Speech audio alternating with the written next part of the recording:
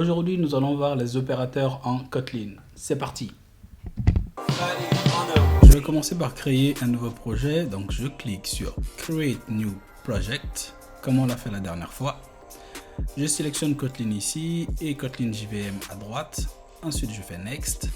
Je choisis un nom pour mon projet. Je vais l'appeler les opérations en Kotlin. Et là, je ne change rien et je fais juste Finish. Donc, IntelliJ va créer notre projet. Donc, on revient ici. Je vais déjà agrandir la fenêtre. Donc, comme je te l'ai dit dans le premier épisode, tous nos fichiers sources, on doit les créer dans le dossier SRC. Donc, je fais clic droit. On va créer un nouveau fichier. Kotlin File. Ici, Kotlin File, que je vais appeler opérateur. Je mets S parce qu'on va avoir beaucoup d'opérateurs. Je crée mon fichier qui a été créé ici, opérateur.kt. Donc, on va créer notre fonction main. Donc, il me suffit d'écrire main, ensuite de taper sur entrée. Alors, il est possible de faire en Kotlin toutes les opérations mathématiques que tu as connues au lycée. Donc, on a l'addition, la soustraction, la multiplication, la division et le modulo. Le modulo, c'est le reste de la division. Alors, petite parenthèse, donc ici, tu vois que j'ai mis double slash et j'ai commencé à mettre les opérateurs. Ici, je peux mettre le texte, un texte que si je veux. Par exemple, je peux mettre les opérateurs en Kotlin. Alors, ça s'appelle en fait une ligne de commentaire. C'est-à-dire que cette ligne-là ne sera pas prise en compte quand tu vas exécuter ton code. Le compilateur va voir qu'il y a deux slash ici. Il va comprendre tout de suite que tout ce qu'il y a derrière, c'est les commentaires et il ne va pas l'exécuter. Généralement, on va utiliser les commentaires pour prendre des notes en fait dans notre application. Ça peut être très utile si tu reviens plus tard, par exemple, 2 mois après sur ton projet.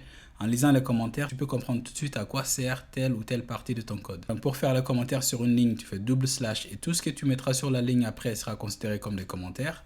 Et si je veux mettre une autre ligne, je peux mettre voici une autre ligne de je sais plus écrire, une autre ligne de commentaires. Donc pour chaque ligne tu peux faire ça, ou bien si tu as des commentaires sur plusieurs lignes, donc au lieu de faire double slash à chaque fois, tu peux juste faire slash astérix et tout ce qui vient après sera considéré comme des commentaires. Par exemple ici je peux mettre ligne 1, je descends, ligne 2, ligne 3, tout ça c'est les commentaires. Et tu vois qu'à la fin, parce que j'ai fait entrer Kotlin l'a complété tout seul, sinon je l'aurais fait ici, pour dire à IntelliJ que c'est là que s'arrête notre commentaire. Donc tu fais astérix et slash pour fermer en fait tes commentaires.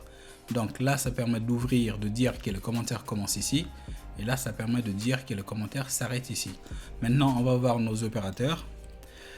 Pour commencer, je vais créer une variable comme on l'a fait la dernière fois. Donc je fais var x de type entier et je lui donne comme valeur 8.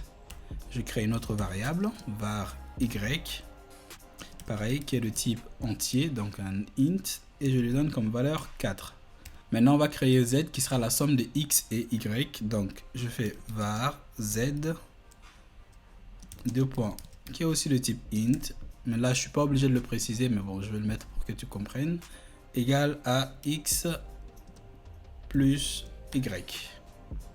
Maintenant on va afficher tout ça dans un println. Donc je fais println et là-dedans je mets x égale x, et si j'exécute ça, donc je viens dans run et je sélectionne run, je sélectionne le fichier que je vais exécuter et là tu vois le résultat ici, x égale x. Mais moi c'est pas ce que je veux. Je veux que ce x là soit la valeur de x que je vais afficher. Donc pour dire à Kotlin que ça c'est pas la lettre x que je vais afficher, c'est le contenu de ma variable que je vais afficher. Donc je mets un dollar ici. Cette fois-ci, si j'exécute encore mon code, et là on va voir x égale 8. Donc c'est bien la valeur de notre x ici. Donc je vais faire la même chose pour z, pour y. Donc println, et là-dedans je vais faire y égale, j'oublie pas le dollar y. Et je fais la même chose pour z. Je vais afficher la valeur de z aussi. Donc je fais println et là-dedans je vais mettre x plus y égale, et je vais mettre la valeur de z. Donc je mets $z. J'exécute mon code et là tu vois bien x égale 8, y égale 4 et x plus y égale 12. Donc ça c'est pour l'addition. Et je peux faire la même chose pour la soustraction. Je vais réaffecter une nouvelle valeur à ma variable z. Donc je fais z égale, cette fois-ci, x moins y. Je vais bien mettre les espaces entre les textes pour que ce soit bien visible. Et cette fois-ci, je vais encore afficher la valeur de z. Donc je fais un println et là-dedans, je mets x, cette fois-ci, x moins y égale, j'oublie toujours les espaces, x moins y égale, et là je mets la valeur de z. En mettant toujours le $. Si je ne mets pas le $, ça va me l'interpréter comme du texte, alors que je vais juste afficher la valeur, justement. Et là, on a bien x moins y égale 4. Maintenant, je vais faire la multiplication. Donc, je vais faire ça directement dans un println, faire l'opération directement dans un println. Donc, je fais println, et là-dedans, je mets x fois y égale. Et là, si je fais, pour te montrer, je fais $x fois $y. Si j'exécute ça, tu vas voir ce que ça va m'afficher. Et regarde, ici ça m'affiche x fois y égale 8 fois 4. Tu vois que ça n'a pas fait l'opération parce que là en fait, au lieu de prendre l'astérisque comme une opération de multiplication, l'IDE l'a compris comme une chaîne de caractères. Donc juste un astérix, il n'a pas fait l'opération. Donc si tu veux faire des opérations directement dans un println, ce que tu dois faire, c'est mettre ton opération entre accolades. Par exemple, d'abord, je vais mettre $, j'ouvre les accolades et je fais mon opération à l'intérieur. Donc l'opération que je vais faire, c'est x fois y, tout simplement. Et je ferme les accolades bien sûr. Et cette fois-ci, si j'exécute, on a bien x fois y égale 32. Donc si tu veux faire des opérations dans un println, tu dois forcément mettre ton opération entre accolades et bien sûr ne pas oublier de mettre le petit symbole $, devant. Je peux faire la même chose pour la division. Donc cette fois-ci, je mets un slash ici et là je mets le slash. Là aussi je vais exécuter et on a bien x divisé par y égale 2 parce que 8 divisé par 4 c'est bien 2. Et la dernière opération, donc je refais en println et là-dedans je fais x modulo y égale, et comme je veux mettre l'opération directement dans le println encore, donc je fais $, j'ouvre mes accolades et je mets mon opération à l'intérieur. Donc je fais x modulo y. En fait, modulo c'est le reste de la division. Et là j'exécute mon code et j'ai bien x modulo y égale 0. Pour ceux qui ne savent pas la différence entre ces deux opérateurs de division, en fait le slash va te renvoyer le résultat de la division, alors que le modulo va te renvoyer le reste de la division. Ensuite, on a les opérateurs d'égalité, par exemple, inférieur ou égal, comme ça, supérieur ou égal, strictement inférieur, strictement supérieur, ou l'opérateur d'égalité. Et ces opérateurs renvoient des booléens. Comme on l'a vu dans l'épisode dernier, les booléens, c'est un état logique qui peut avoir que deux valeurs, soit true, soit false. On va voir quelques exemples. Donc, je vais mettre les opérations directement dans un println, comme tu sais le faire maintenant. Donc, ici, je vais faire x strictement inférieur à y. Je mets point d'interrogation parce qu'on ne sait pas encore. Et je vais afficher la valeur. Donc, je mets $, mes accolades. Et là-dedans, je mets x strictement inférieur à y. Tout simplement. Donc je vais exécuter ça pour te montrer. Et tu vois x inférieur à y false. Donc le résultat c'est faux.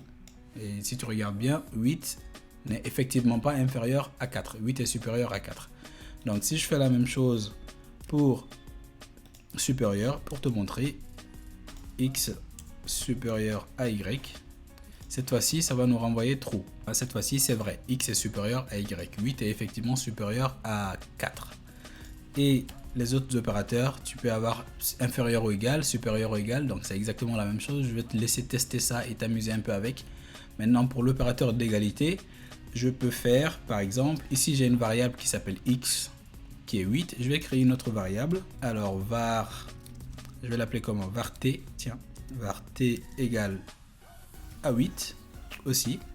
Et je vais vérifier si t est égal à x. Donc là-dedans, je mets ma chaîne de caractères. Et là, je mets x égale à t, point d'interrogation. Et je mets la valeur de l'opération. Donc, je mets $, je remets accolades.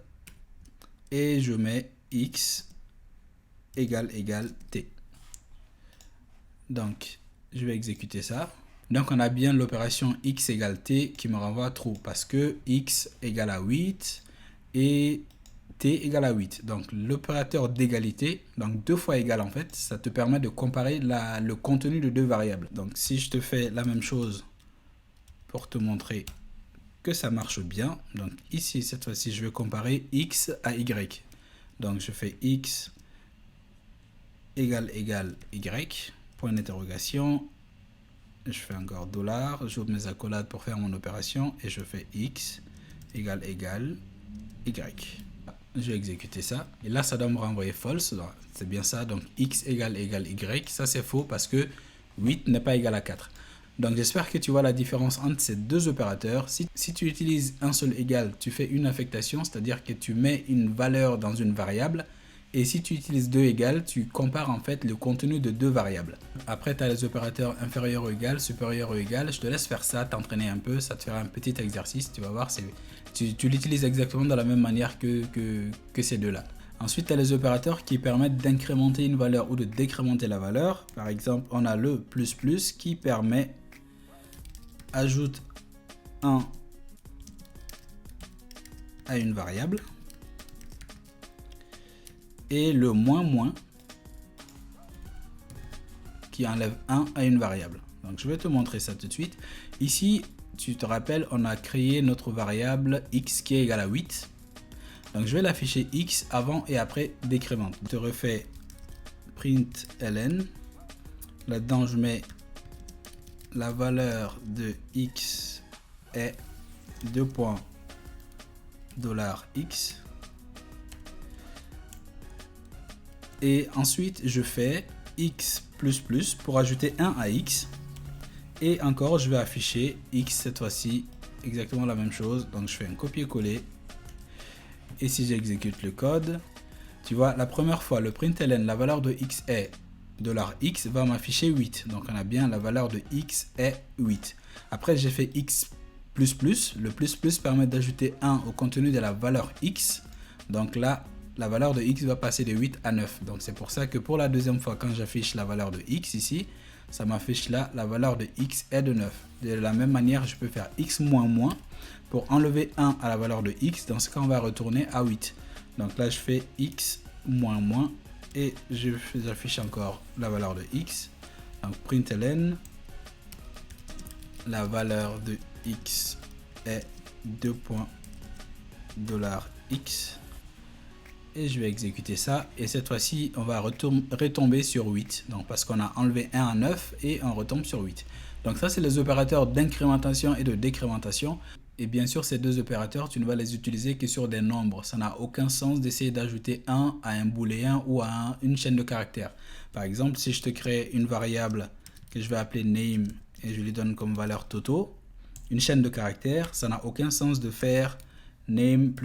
Déjà, le compilateur ne voudra pas. Tu vois bien qu'on a une erreur ici. Tu ne peux pas le faire. Tu peux utiliser ces opérateurs plus et moins que sur des nombres. Et enfin, on a les opérateurs logiques. Donc, je vais mettre ça aussi en commentaire. Les opérateurs logiques qui sont le E, le OU. Je ne sais jamais comment faire le OU sur Mac. Je ne me rappelle jamais. Le OU et la négation, le non. Pour te montrer quelques exemples, je vais créer une variable a qui sera de type booléen. Donc je mets c'est un B majuscule, booléen, et je lui donne comme valeur true. Et je crée une autre variable b. Je te rappelle, on n'est pas obligé de spécifier le type, donc je vais sauter cette étape. Donc var b égale false. Et je crée une autre variable dans laquelle on va faire nos opérations. Donc je fais var c égale, et là je vais mettre A et B. Et on va afficher les trois, println, je mets mes guillemets et je mets A égale $A, virgule, B égale $B, et l'opération A et B égale, et le résultat c'est C qu'il a, donc je fais $C. Donc j'exécute ça. Ici on a bien A égale à true, B égale à false, et l'opération A et B égale à false. Donc cette fois-ci, si je change la valeur de B, je mets B aussi à true. Cette fois-ci, A et B va me renvoyer true. Donc là on a bien A égale à true, B égale à true, et l'opération A et B égale à true. De même, on va faire la même chose avec l'opérateur OU. Donc là c'est double pipe, comme ça. Et ici pareil, je vais mettre un double pipe ici, et je vais exécuter le code. Cette fois-ci on a A égale à true, B égale à true, et l'opération A ou B égale à true. Et si je mets les deux à false, parce que le OU n'est false que lorsque les deux sont false, donc là je te mets false, false aussi, et cette fois-ci le résultat de l'opération ça doit être false. Donc j'ai bien A égale à false, B égale à false, et l'opération A ou B égale false.